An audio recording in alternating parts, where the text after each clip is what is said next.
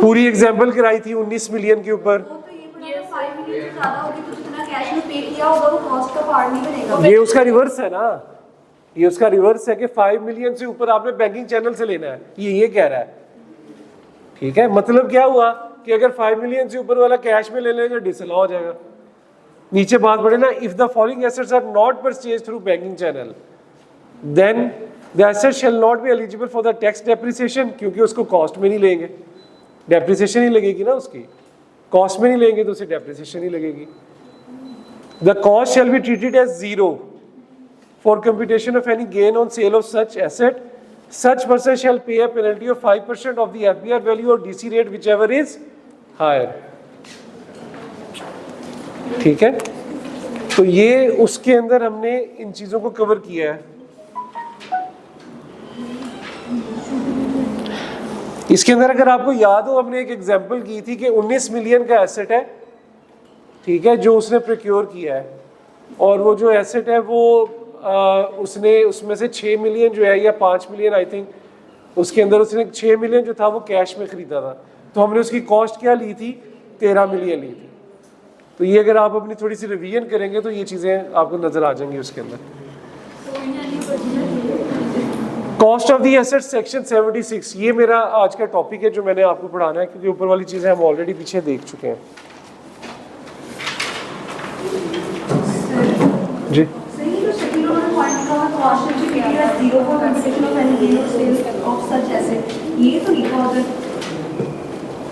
हम लोगों ने तो ये किया था कि 20 मिलियन का एसेट था, उसमें से 6 मिलियन हमने कैश में पे किया था, तो हमने 19 में से 6 को माइनस करके 13 मिलियन को कर लिया था टैक्स। ऐसे ही किया था ना। जो बेसिकली ये कहने का मकसद इसका यही है कि जो आपने एडिशनल पैसे कैश में दिए हैं वो कॉस्ट उसकी ज़ीरो होगी। दिए आपने कैश में है लेकिन टैक्स की नज़र में उसकी कॉस्ट क्या है, ज़ीरो होगी। ठीक है, ताकि उसके ऊपर कोई गेन सेल या सेल परचेज कुछ भी कैलकुलेट नहीं होगा। हाँ जी, ऑब्वियसली डेप्रिसिएशन भी फिर उसी तरह ही होगी। लिखी हुई है ना बात, the asset shall not be eligible for tax depreciation और अमोर्टाइजेशन, और नीचे लाइन लिखी है the above provision is applicable for all assets whether it is depreciable, intangible और स्टॉक इन ट्रेड, सब के ऊपर ये चीज़ अप्लाई हो जाएगी।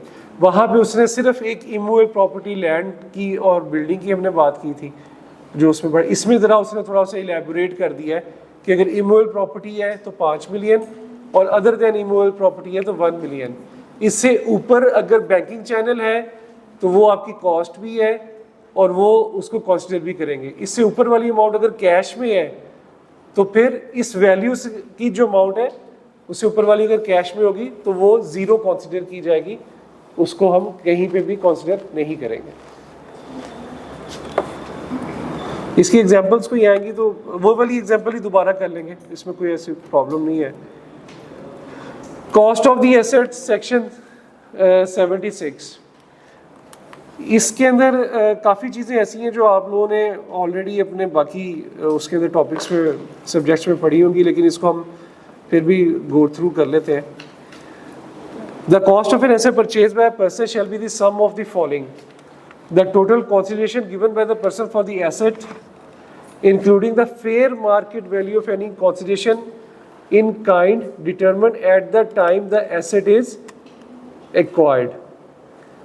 आप अगर एसेट खरीदने के लिए कुछ पैसे देते हैं और साथ में एक मशीन दे देते हैं तो जो एसेट खरीद रहे हैं उसकी कॉस्ट क्या होगी, सिंपल वो ये बात कर रहा है। जो आपने पैसे दिए वो और जो आपने मशीन दी उसकी फेयर मार्केट वैल्यू, या मशीन नहीं दी या कोई भी आपने और आइटम दे दी तो उसकी फेयर मार्केट वैल्यू प्लस जितना आपने कैश दिया है, ये कॉस्ट बनेगी किसकी, जो एसेट आप परचेज कर रहे हैं।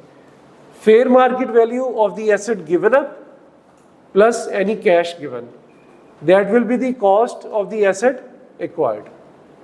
ठीक है, any incidental expenditure incurred by the person in enquiring and disposing of the asset, उस एसेट को एक्वायर करने के लिए कोई ज़रूरी खर्चे इंसिडेंटल, यानी कि जिनको किए बगैर एसेट को एक्वायर ही किया नहीं जा सकता, ठीक है। मिसाल के तौर पे अगर आपने कोई एसेट इंपोर्ट किया है बाहर के मुल्क से, तो इंपोर्ट के ऊपर ड्यूटीज़ पे करना, कस्टम की क्लियरेंस पे करना, वहाँ से कराची से फैसलाबाद तक एसेट को लेके आना, तो ये इंसिडेंटल एक्सपेंडिचर है, सही है। तो ये भी एसेट की कॉस्ट में ऐड करेंगे। ये एसेट में इसको अवेलेबल टू यूज़ नहीं करेंगे, वो अवेलेबल टू यूज़ तक के ही खर्चे जो होंगे वो इंसिडेंटल खर्चे ही आ जाते हैं, ठीक है। बाद में उसकी इंस्टॉलेशन भी आ जाती है, वो भी इसमें ही आ जाएगी। In acquiring and disposing of the asset, asset को डिस्पोज ऑफ करने के लिए भी कभी कभार आपको कुछ एक्स्ट्रा खर्चे बेयर करने पड़ते हैं, तो वो भी उसकी कॉस्ट में ऐड किए जाएंगे। Any expenditure incurred by the person to alter or improve the asset, asset को इम्प्रूव या उसको बदलने के लिए, उसकी मॉडिफिकेशन करने के लिए कोई खर्चा किया है, तो वो भी उसकी कॉस्ट में ऐड किया जाएगा। आई थिंक कि इनमें से कोई बात ऐसी नहीं है जो आपके लिए नहीं हो। ये आपने IAS 16 अगर पढ़ा हुआ है या एसेट की कॉस्ट पढ़ी है तो उसके अंदर ये बातें सारी कवर्ड है। आगे इसकी एग्जांपल दी हुई है कि कौन कौन सी चीज़ें हैं, उससे आगे वाले पॉइंट पे चलते हैं। The cost of the personal asset treated as acquired by the business shall be the fair market value of the asset determined at the date it is applied to the business use। ये बात भी हम पहले पढ़ चुके हैं कि अगर आप कोई पर्सनल एसेट उठा के बिजनेस के यूज़ में लेके आते हैं, तो जिस दिन आपने बिजनेस के यूज़ में लेके आए हैं उस दिन की फेयर मार्केट वैल्यू उस एसेट की क्या बन जाएगी, कॉस्ट, ठीक है। मिसाल के तौर पे एक एसेट आपने गाड़ी खरीदी 1 जुलाई 2020 को, आपने उसे 6 महीने चलाया पर्सनल, और 1 जनवरी 2021 को आप अपनी फैक्ट्री में ले गए और फैक्ट्री की किताबों में ले गए उसको। तो जब आपने उसे 1 जनवरी 2021 को फैक्ट्री के लिए ले लिया, उसकी बुक्स में ट्रांसफ़र किया, तो उस टाइम उसकी कॉस्ट क्या लेंगे, जो उसकी उस दिन की फेयर मार्केट वैल्यू, ठीक है। तो ये बात जो हमने ऊपर सेक्शन 75 पढ़ा था ना, उसके अंदर भी ये बात लिखी हुई है। It's a repeat here. The cost of an asset produced or constructed by a person shall be the total cost incurred by the person in producing or constructing the asset, plus any expenditure incurred by the person on the alteration, improvement or disposal of such asset। ये बात कर रहा है self generated asset की। सबसे पहला point था कि आपने खरीदा एसेट बाहर से, ये बात कर रहा है अगर एसेट खुद से बनाया तो उसको बनाने के लिए जो मटेरियल लगा, जो लेबर लगी, जो ओवरहेड्स लगे, वो सारे के सारे उसकी किस में आ जाएंगे, कॉस्ट में कंसीडर किए जाएंगे, ठीक है। नहीं, डे टू डे एक्सपेंडिचर्स नहीं होते। हो सकता है कि उसके अंदर कोई मेजर इंप्रूवमेंट आपने की हो उसकी फंक्शनैलिटी को मजीद बढ़ाने के लिए, वो क्वेश्चन के ऊपर देख के पता चलेगा। लेकिन उसने ये बता दिया है कि अगर आपने किसी एसेट को ऑल्टर्ड किया है तो वो भी उसकी कॉस्ट में ऐड होगा। इसके नीचे एग्जांपल इसने दी है, boiler produce in house by the entity bye it's factory.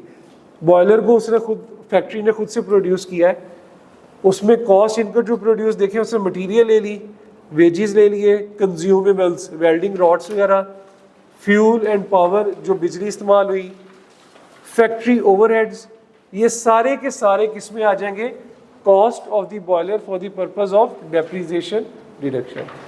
Basically ये सेक्शन आपको पढ़ाने का मकसद क्या है कि हमने एसेट की कॉस्ट पे डेप्रिसिएशन लगानी होती है, ऐसे ही है ना। तो जब तक आपको एसेट की कॉस्ट नहीं पता होगी तो हम डेप्रिसिएशन उसके ऊपर ठीक तरह से लगा नहीं सकेंगे।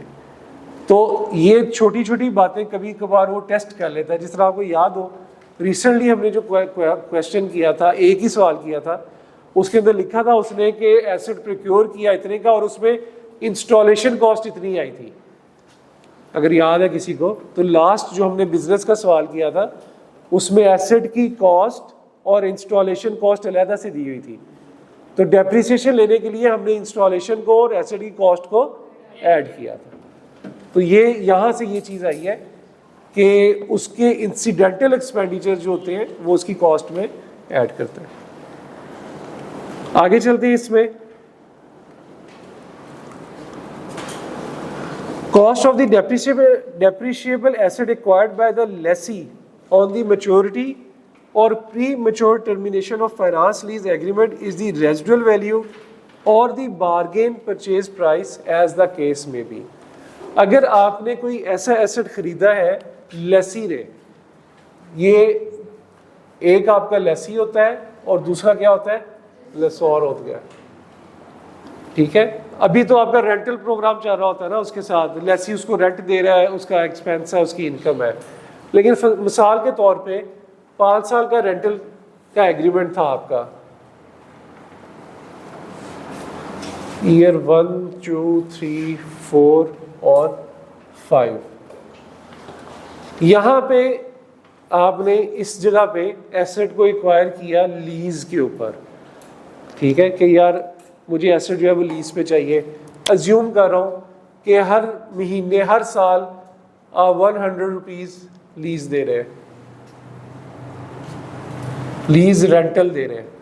ठीक है, लेसी जो है वो लीज रेंटल दे रहा है 100 का, और 5वें साल के एंड पे वो बताता है कि एसेट की रेजिडुअल वैल्यू जो है वो 50 रुपये है।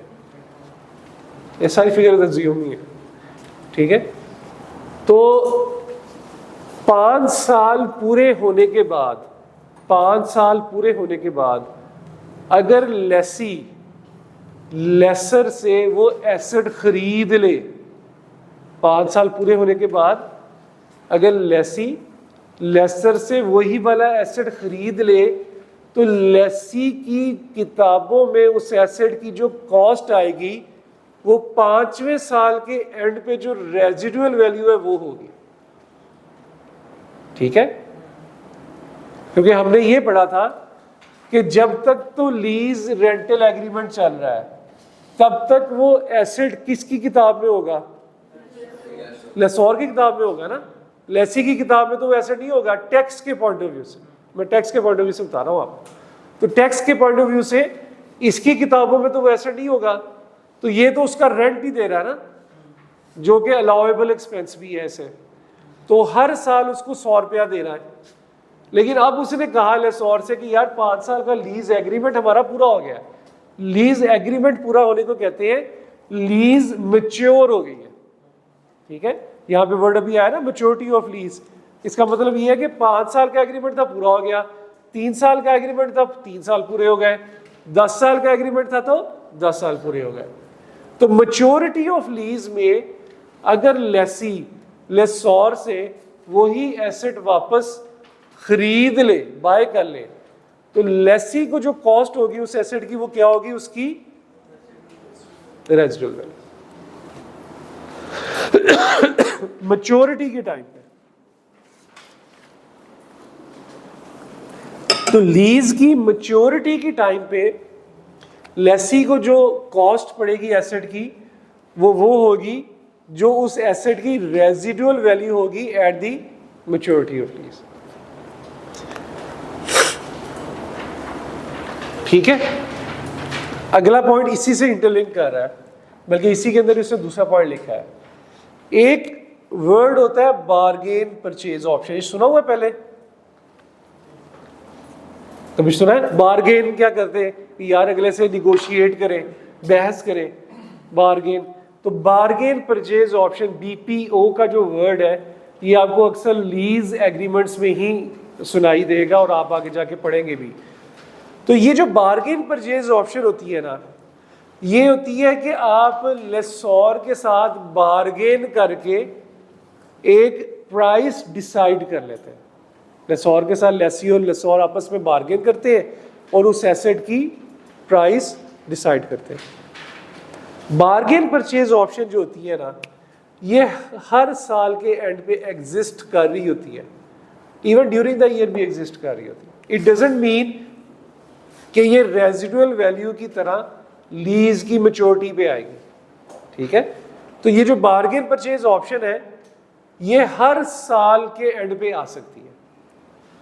तो यहाँ पे टैक्स वाला ये कहता है, मिसाल के तौर पे मैं अज्यूम करता हूं कि यहाँ पे तीसरे साल के एंड पे इस एसेट की जो बार्गेन परचेज ऑप्शन तय हुई है that is 150।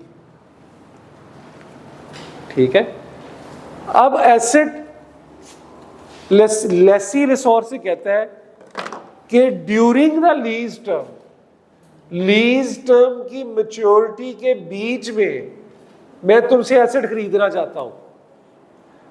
During the lease term में तुमसे एसेट खरीदना चाहता हूं, और अब वो किसी भी साल में हो सकता है ना, वो पहले साल में भी हो सकता है, दूसरे तीसरे चौथे।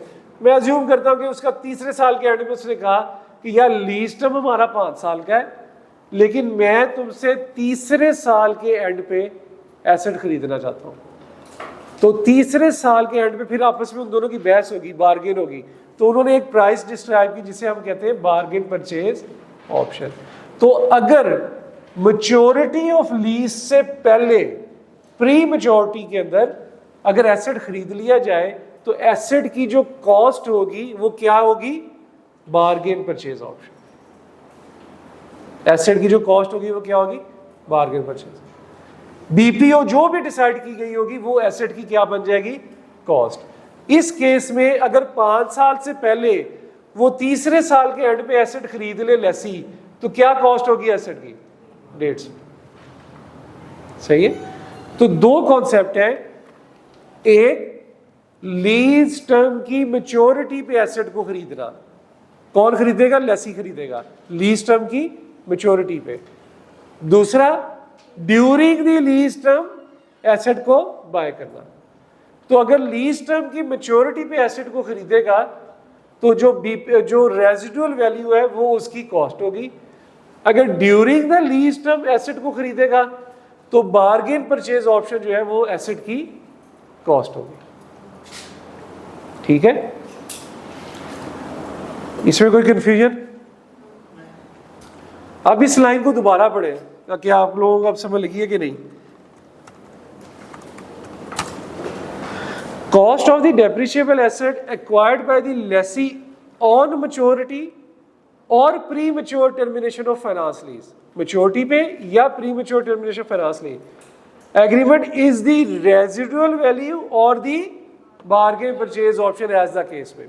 यानी कि अगर ऑन मैच्योरिटी है तो उसकी कॉस्ट रेजिडुअल वैल्यू होगी, और अगर प्री मैच्योर है तो उसकी कॉस्ट बार्गेन परचेज ऑप्शन। अब ये किसी भी साल में हो सकती है, पहले साल के एंड पे भी हो सकती है, दूसरे साल के एंड पे भी हो सकती है, चौथे साल 5-6 साल के एंड पे तो खैर से लीज टर्म खत्म हो जाएगा। ठीक है, खत्म हो जाएगा, प्री मैच्योर हो गया ना।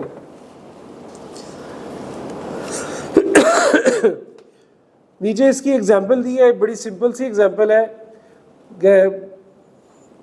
यही बात जो मैंने आपको यहाँ पे बताई है यही इस एग्जाम्पल में बताई हुई है। इसको अगर आप सेल्फ रीड कर लेंगे तो ये इजीली समझ लग जाएगी, कोई इसमें मुश्किल बात नहीं है। आगे 5वां नंबर पॉइंट पे चलते हैं।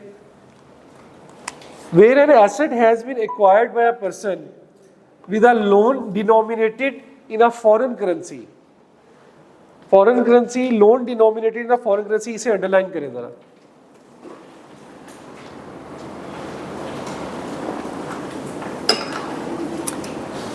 And before full and final payment of the repayment of the loan, there is an increase or decrease in the liability of the person under the loan as expressed in rupees. The amount by which the liability is increased or reduced shall be added to or deducted from the cost of the asset as the case may be. वो कहता है भाईजान कि अगर कोई ऐसा scenario है जिसमें आपने एसेट को एक्वायर किया है फॉरेन करेंसी लोन में, लोन लिया है लेकिन लोन किस में लिया है? फॉरेन करेंसी में, डॉलर्स में ले लिया, डॉलर्स में लोन लिया और डॉलर्स में लोन लेके आपने एसेट एक्वायर किया। मिसाल के तौर पे आपने $1,00,000 का लोन लिया एट 1 जुलाई कर लें 2021, ठीक है। आपने $1,00,000 का लोन लिया,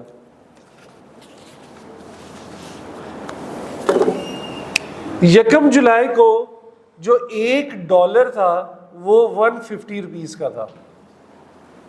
यकम जुलाई को $1 कितने का था? 150 रुपीज का था। अब आपने ये जो डॉलर का लोन है ये आपने 2-3 सालों में पे करना है, ठीक है। लोन ले लिया लेकिन आपने 2-3 सालों में पे करना है। आई एज्यूम कि आपने इसमें से $30,000 या वट एवर 25,000 कर लेते हैं, $25,000 डॉलर्स आपने पे कर दिए एट, कोई भी डेट ला लें, 31 दिसंबर कर लें 2021, $25,000 आपने 31 दिसंबर 2021 को पे कर दिया। बाकी वो आपने अगले साल करने हैं, फिर आपने उससे अगले साल करने हैं। तो जब आपने यहां पे डॉलर पे किए, इस टाइम पे $1 था 152 का, ठीक है। तो आपने फॉरेन करेंसी में लोन लिया, फॉरेन करेंसी में लोन लेके एसेट खरीद लिया, फॉरेन करेंसी में लोन लिया और उसे एसेट खरीद लिया। अब आपने इस फॉरेन करेंसी को पे करना है। टैक्स वाला ये कहता है कि जैसे जैसे आपने पे करना है तो इस पेमेंट के साथ जो आपकी लायबिलिटी में ज्यादा होना या कमी होना है वो किसको हिट करो, एसेट की कॉस्ट को। सही है। मिसाल के तौर में इस केस में आपने 150 का लोन लिया और 152 में जब आपने $25,000 पे किया तो 152 का था, तो ये डिफरेंस कितने का आ गया? $2 का फर्क आ गया $1 पे, यानी कि डॉलर महंगा हो गया। डॉलर महंगा हो गया ना $2 से, तो कितने डॉलर दिए गए थे? 25,000। तो ये कितना आ गया? 50,000। तो 50,000 से आपने पेमेंट क्या की है? ज्यादा की है। तो ये बेसिकली एक तरह से देखा जाए तो आपकी लायबिलिटी बढ़ गई है, तो इसकी वजह से आपने पेमेंट ज्यादा कर दी है उस एसेट की जो आपने एक्वायर किया हुआ था। ठीक है। तो ये जो इंपैक्ट है ये आपने एसेट की कॉस्ट में ऐड करना है और या फिर लेस करना है, क्योंकि ये रिवर्स भी तो हो सकता है ना, 152 की जगह 148 भी हो सकता है। तो ये जो फर्क आएगा ये आप उसकी कॉस्ट में ऐड करेंगे या लेस करेंगे। अगर आपको यहां पे लॉस हो गया है 50,000 का, तो ये एसेट की कॉस्ट में क्या हो जाएगा? ये ऐड हो जाएगा। लॉस हो गया ना, आपको 50,000 ज्यादा देना पड़ गया, तो आपने एसेट जो रिकॉग्नाइज किया हुआ था 1 लाख से 150 के ऊपर, उस पर 50,000 आप मजीद ऐड कर देंगे। ठीक है। और इसी तरह अगर आपको इसमें गेन हो जाता, डॉलर 150 की जगह 148 भी हो जाता, तो 50,000 का क्या था? गेन हो जाता। तो जो गेन है वो एसेट की कॉस्ट में से क्या कर देना था? लेस कर देना। लेकिन ये होगा तब जब जब आपने पे करना है, ये होगा तब जब जब आपने पे करना है। ऐसा नहीं होना, अब देखिए ना पीछे 75,000 रहता है, तो ऐसा नहीं करना कि पिछले 75,000 का भी रिकॉग्नाइज कर ले। सही है। क्योंकि हो सकता है जब अगला 25,000 देना हो तो ये 152 की जगह 155 पे हो जाए, तो फिर आप वो 150 से 155 का फर्क निकालेंगे। सही है। तो बेसिकली जैसे जैसे आपने पेमेंट करनी है, 25,000 की आपने फर्स्ट पेमेंट की, तो जैसे जैसे आपने पेमेंट करनी है वो जो आपने एसेट रिकॉग्नाइज किया हुआ है $1 लाख का यकम जुलाई को 150 पे, इसके अंदर उसको अगर लॉस है तो ऐड कर देना है और अगर आपका गेन है तो लेस कर देना।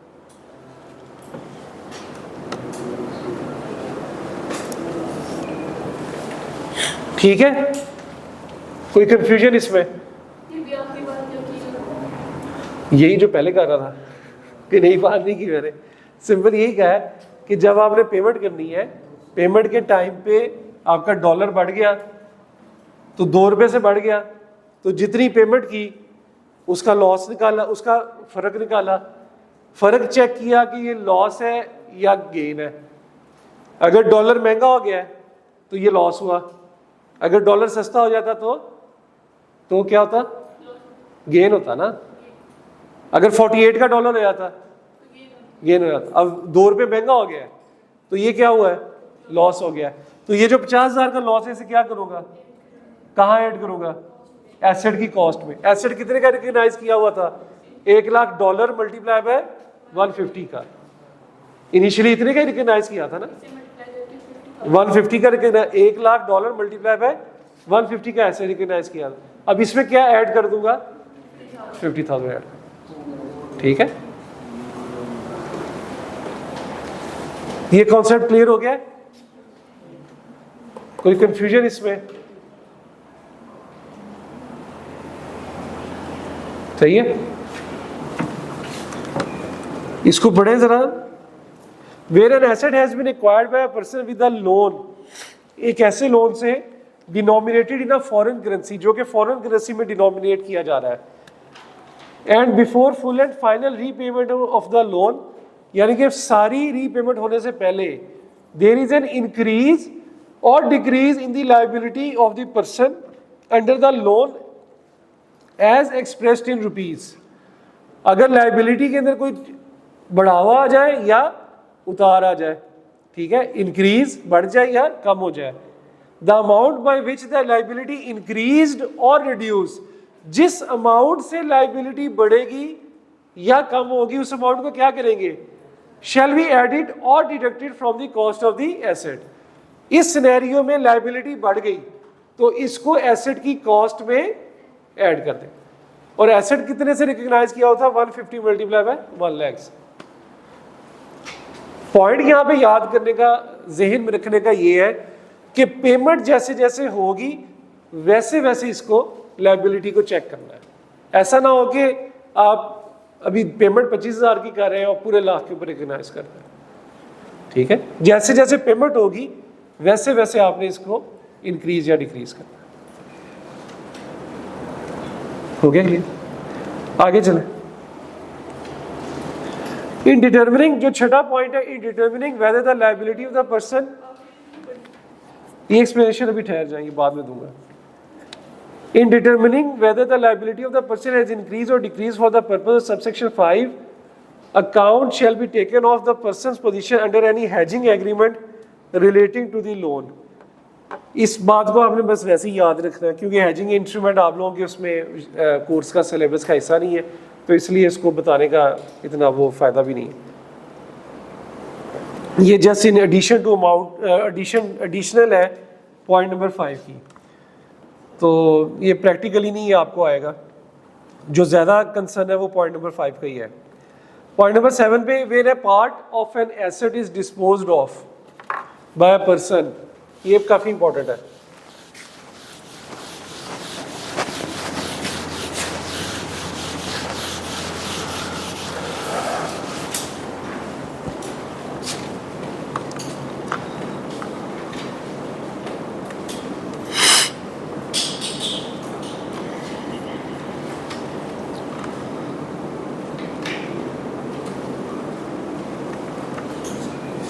Where a part of an asset is disposed of by a person, the cost of the asset shall be apportioned between the part of the asset retained and the part disposed of in accordance with their respective fair market values determined at the time the person acquired the asset.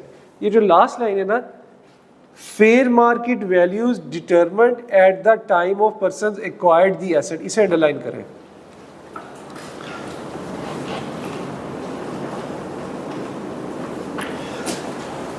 एक asset था, उसमें दो चीजें थी, गाड़ी थी, गाड़ी वैसे ऐसी तो नहीं होती खैर से, सीट्स भी थी और इंजन भी होता है, ठीक है। एक आपकी गाड़ी है जो आपने एक एसेट एक्वायर किया, उसमें सीट्स भी हैं, इंजन भी है, ये तो सबको ही पता है, ठीक है।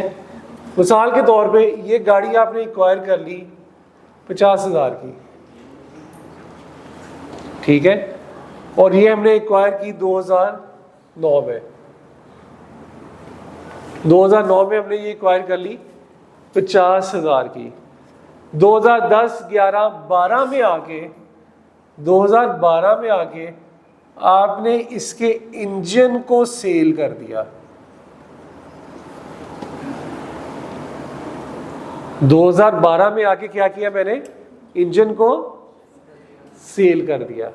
हुआ क्या है, एसेट एक्वायर किया हुआ है,